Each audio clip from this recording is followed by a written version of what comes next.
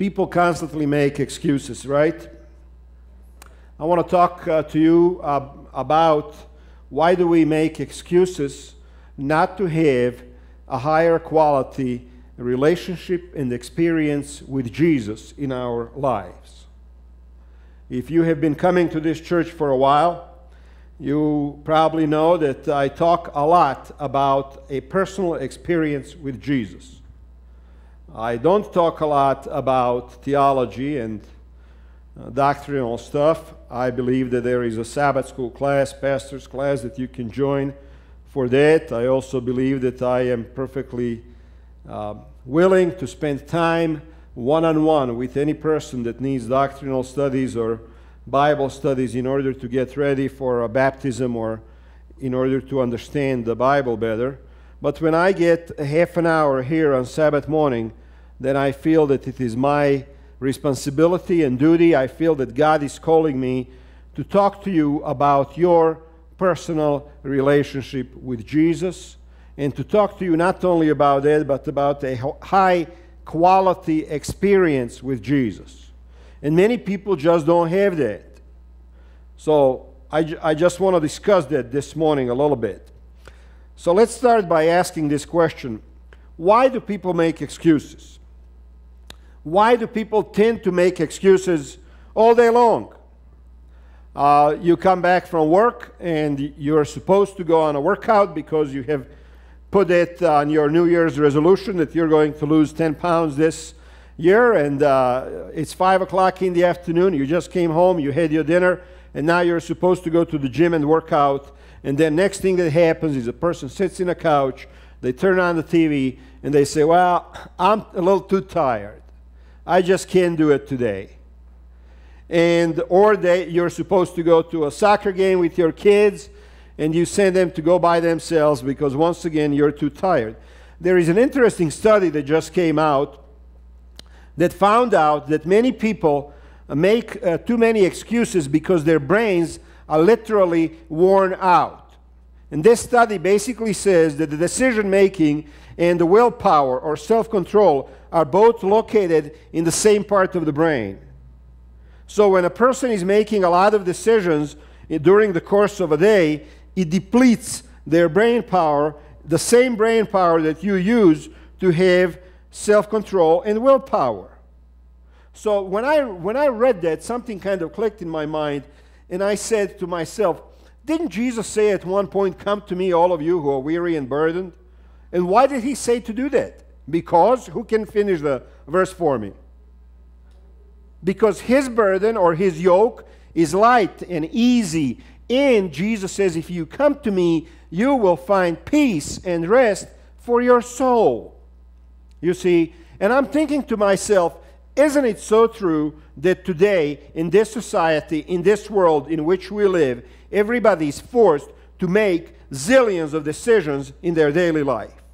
Now, these folks at this university where they studied this, I can just give you an example of how they studied this. They took a sheet of white paper, and on it they wrote black. And then they took a sheet that was black, and on it they wrote white. And then they took another sheet that was green, and they wrote on it yellow. And then they asked people to look at it and to tell them which color they were seeing. And now what they found out is that it stressed the brain out, because people were seeing one color, but the words were saying something else. So they stressed them for a certain period of time. Then they decided to put them into an uncomfortable situation, for example, to stick their hand into a bucket of ice and to see how long they were able to hold it down in there. They found out that people whose brains were stressed out just pull their hand out pretty quick.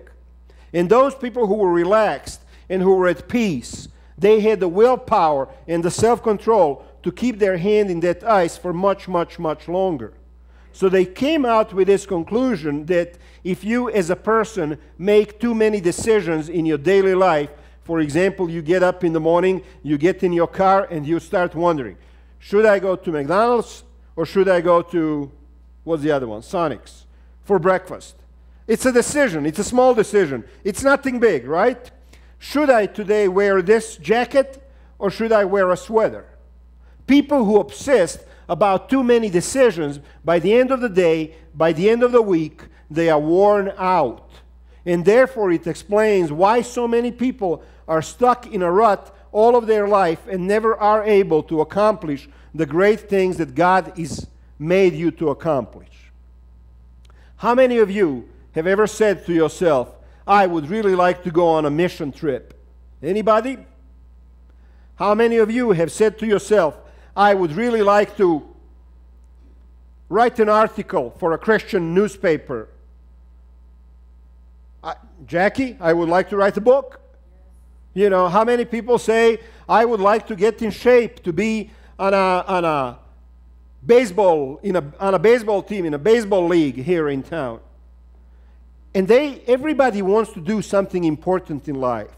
How many people say, I would like to volunteer at a hospital or at a nursing home or at the orphanage? You want to do something great in your life.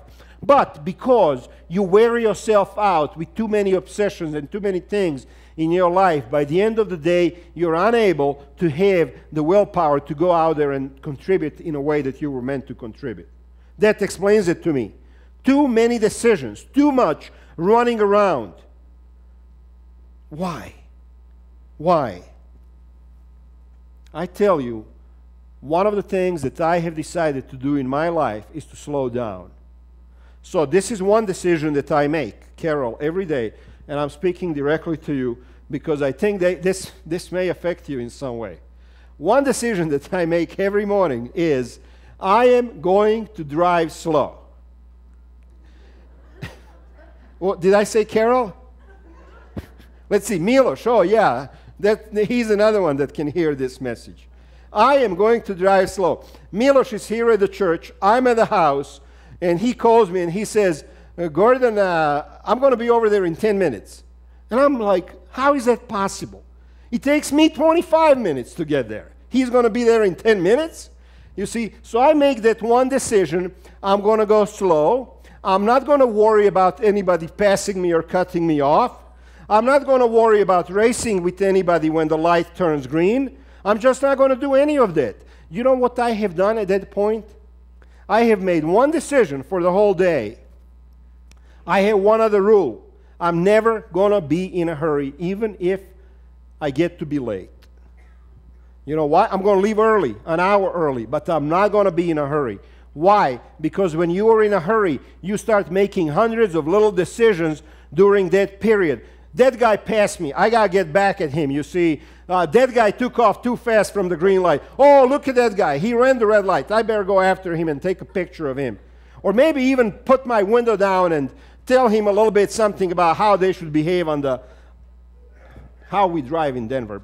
Must be from California, that guy, I tell you. They don't know how to drive over there. Look at them. First rain, first snow, and everybody's all over the road.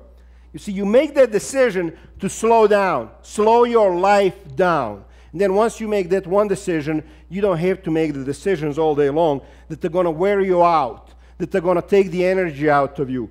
You can use this principle for anything else in your life. You can say, you know what?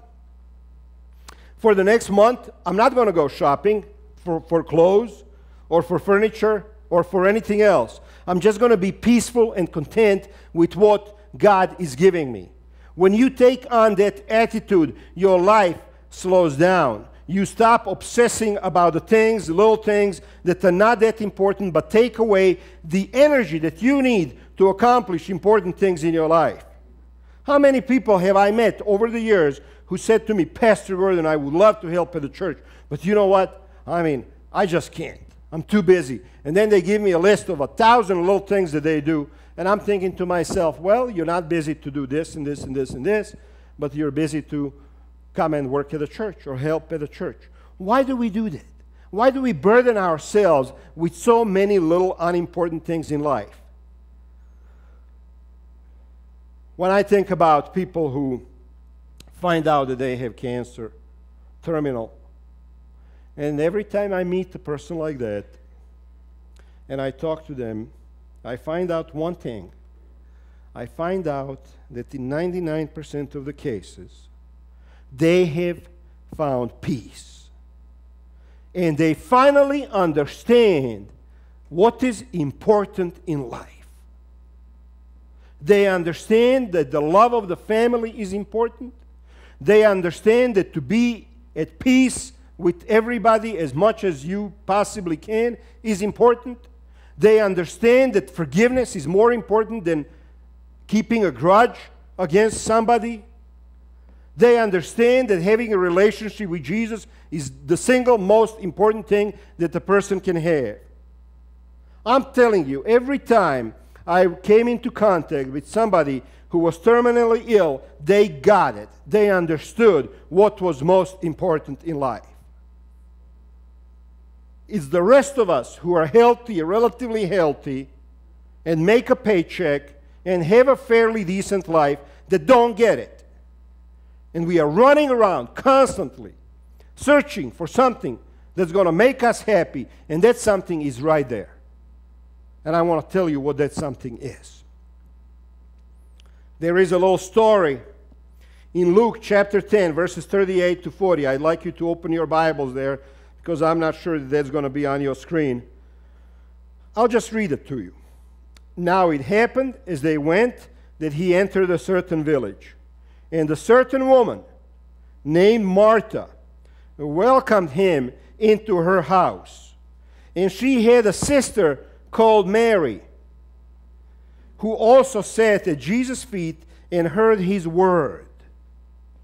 But Martha was distracted with much serving. And she approached him and said, Lord, do you not care that my sister has left me to serve alone? Therefore, tell her to help me out.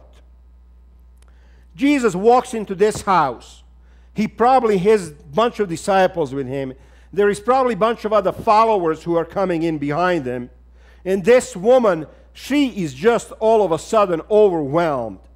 And she says, I have guests. I have visitors. I have Jesus. Somebody has to feed them. Somebody has to clean that table. Somebody has to move the stuff off of the couch so people have some place to sit. Somebody has to clean the dishes so they have clean stuff to eat from.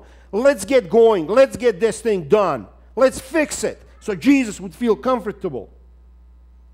And her sister, she just goes over there and just sits down. Just sits down and does nothing. I could imagine that she was sitting down just like this. And Jesus is talking. Jesus is not paying any attention to anything else that's going on in that house. He's not paying attention to the people who are cooking or cleaning the dishes or moving the stuff off of a couch. He's not worried about any of that. He's teaching them how to live. He's teaching them how to love. He's teaching them how to forgive. He's teaching them how to get along. And Mary is just listening. She's soaking up every word that he has to say. And Martha says, look, Jesus, come on. Talk to her. Wake up. Come on, girl. Step up and help me out. What does Jesus say? Martha, Martha, you are worried and troubled about many things. Now, I just want to stop for a second because I want to tell you this. I just want you to replace Martha, Martha with your own name. Because Jesus is saying these words also to you. You are worried and troubled about many things, but one thing is needed. And Mary has chosen that good part which will not be taken away from her. That's what you need too. Just to sit at the feet of Jesus and learn from him. Some people, they're so busy. Some people are obsessed with so many things in life. Question is, what are you obsessed with in your daily life? Some people like her, she was obsessed with busyness. I have an uncle. He's that way. My uncle is the greatest guy in the world, the one that lives in Chicago, the brother of the one that was here. And this uncle of mine, I mean, if you need help, he will come over to your house and he will fix your wall. He will fix your floor. He's a carpenter. He will do it free of charge.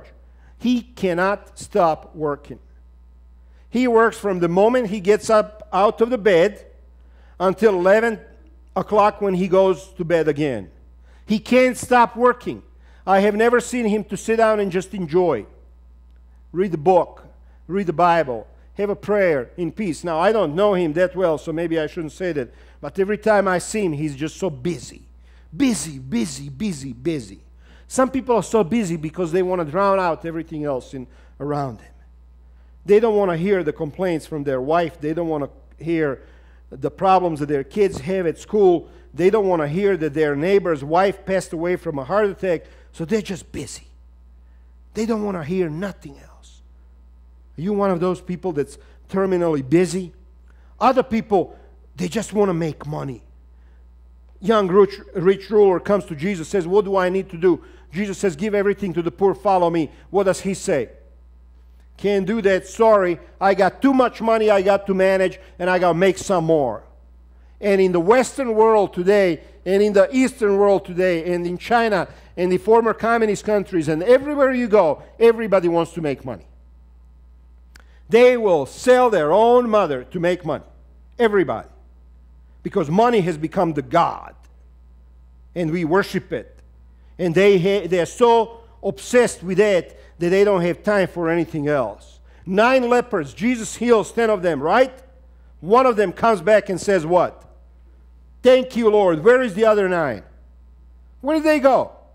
My guess is that they went on to live their life. They went on to do things in life. They went on to be busy. They went on to catch up with their families. So life happened to them. Some people are just too busy with life, obsessed with life. They don't have time for Jesus. Rulers of the law, they walked away from Jesus, right? And rejected him. Why? Because they were obsessed with rules and regulations and theology and doctrines. They were obsessed with that. And we have people today in the world like that too. They're obsessed with everything except the relationship with Jesus Christ. They didn't have time for Jesus either. Peter ran away from Jesus. Why? Because he was afraid. Fear. How many of you are afraid to have a relationship with Jesus? Because you know if you do that, he's going to call you to make changes in your life and to grow and to improve and to become a better person. So you are just afraid. You're just staying back there. You don't want to talk to the pastor because you know pastor is going to push you to make a change in your life. You just are avoiding God in prayer. And as a result, you are not having a high-quality experience with Jesus. World, the Bible tells us that many people left Jesus. You remember that? When many disciples left him because of his teachings. Why did they leave? Because what he was saying did not resonate with them. Didn't resonate with them. They didn't agree with his teachings. Jesus was saying, leave the world and follow me. Jesus was saying, forget about everything in this world and follow me. Don't worry about the money. Don't worry about what you're going to eat or drink. Don't worry what kind of clothes you're going to put on your back. It doesn't have to be Gucci, you see, or whatever. That's what Jesus was saying. This did not resonate with them, and they all left him. They all went their own way. Why? Because they were obsessed with the world. I want to have good clothes. I want to have a good house. I want to have all of the things that the world thinks are important. What are you obsessed with? When we become obsessed with these kinds of things, folks, then we make excuses why our relationship with Jesus is not stronger. When we become obsessed with the world and everything that's around us, then there is no end to excuses. I'm not good enough, some people say. I'm just not good enough. God never talks to me. I don't know if I can ever understand it. You know, and you take a perfectly healthy person like myself, I can walk right now, you see, and then they walk around like this. God, I just don't understand it. Life is too hard. I don't have time for God. I'm confused about religion. So I have to have these crutches, you see, and my crutches are my excuses. And I just make excuses. Pastor, I would like to help you at the church, but maybe one day if I win a lottery, I will help you. You know. Pastor, I would like to help you at the church, but you know, tonight I don't have time to come and mow the church's grass because, you know, I got to watch The Idol or some other stupid thing on TV. They don't say that, but that's what they mean. You see? And they think I don't know. I know. Sure I know. I know everything. People tell me everything. You think they don't tell me? They tell me. So you're walking around with these crutches, with these excuses all your life. And it's stupid now for you to look at me. I can walk, but if I were walking like this all day long, you would say, what's wrong with him? He's not normal. Why is he doing that? Why does he need that? He doesn't need that. You see? And I keep telling you, I need it. I need it. I need these excuses. How do you get rid of your excuses? The most important thing in life is to have a high-grade experience with Jesus. I don't care how many lessons you know by heart. I don't care if you can explain to me 2,300 days. I really don't. I don't care if you have the answer to the secret of 144,000. I really couldn't care less. I'm telling you honestly. But I do care whether or not you know Jesus personally. Do you know Him? When was the last time you had an experience with Him? I want to give you 3 steps for having a high grade, a high quality experience with Jesus. And these 3 steps, they get rid of these. You don't need them after you go through these 3 steps. You just throw them away and you say, I'm going to be a normal human being. God created me in His image. He created me and wired me to be in contact with Him, to draw the power from Him, to do the things that I need to do in life. That's how God created you. You are made like this supercomputer that has the ability, the latest version, the ability to connect directly into God. And that God gives you then the ability to change your life and to do whatever you wanted to do, what He meant you to do great things in life instead of being obsessed with little things in life. Yeah, we cleaned up this church. Somebody told me today, Mac Pride told me today, Pastor Gordon, this church is now better than it ever was. I don't care, we cleaned it up and the weeds are no longer there. And we have services all over the place, and today there is going to be 250 people here on this campus this morning. I don't care. There is an orphanage here in Arvada. There are kids that don't have mom and dad. There are other people in this community who are like Fred Harding, who live in a trailer park over here on 52nd and Sheridan, and they don't have anybody to paint their house. And they don't have anybody to come over and to sit down on the front porch with them and just to say hi. And just to say I love you and I care for you. And they don't have anybody to tell them how to help their teenage kid who is now using drugs and hanging around with the wrong people. They got plenty of churches they can go to listen to all kinds of theories and doctrines. But they don't have people who are going to invest in them. Honesty in communication. If you want to have a high grade, better experience with Jesus, honesty in communication is step number 1. And write this down. Talk to God from your heart, not from your mouth. When you have a prayer, this is not on the screen. Oh yeah, it is. Talk to God from your heart, not from your mouth. Sit down with God and just talk to Him and say, Lord, this is what's going on in my life.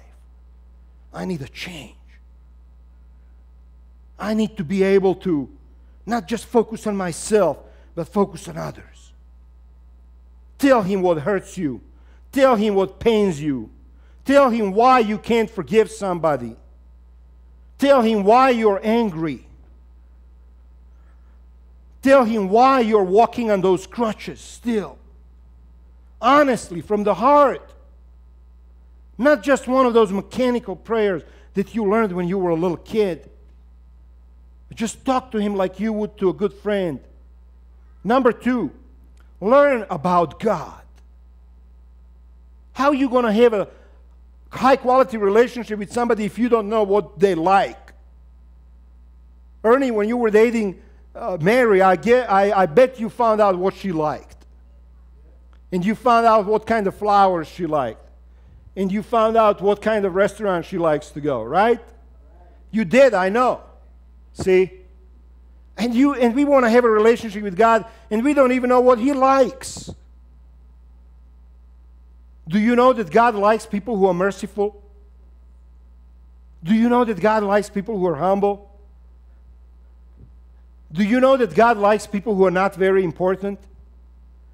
Do you know that God likes little people? Do you know that God likes those people that everybody else has thrown away into the trash and nobody wants anything to do with them? Those bums under the bridge on Colfax? God likes them. He likes them. Now, if you know what He likes, your relationship with Him can be stronger. Learn what God enjoys. Learn what makes Him happy. Learn what motivates Him to action. What motivates God to action? Do you know what it is that moves God to act? The plight and the suffering of the innocent. When you take a step to do something for others, God is going to act. If you're sitting at home in front of your big screen TV all day long, are you expecting God to come down and do some kind of a miracle in your life? Are you kidding me? Come on, seriously now. Are you kidding me? How come I don't have an experience with God? Well, you're not doing anything that He's interested in. You're wasting your time watching one stupid show after another. Go out there and find a person like Fred or somebody else and make their problem your problem and help them to solve it, and go to God and say, Lord, this is what I'm doing for my fellow man. And God is going to act, and you're going to come back to me and you're going to say, Pastor Gordon, guess what?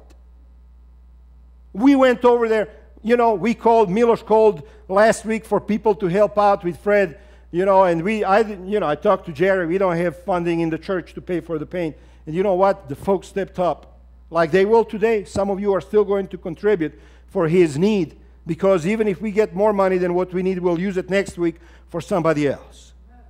You see? And the Lord answered it. Why? Because we decided to take an action. Number 3, concern for others. If you want to have a high-grade experience with God, 3 things: honesty and communication, learn about God, and be concerned for others. Take action on somebody's behalf. Pray for somebody. Solve somebody else's problem. You know when God gets into action? I'll tell you right now, and I'm going to close with it. God gets in action when we quit being self-centered. The moment we quit being self-centered and focus on somebody else, God is going to get into an action, and you are going to have an experience that nobody will ever be able to take away from you. God bless you. Amen.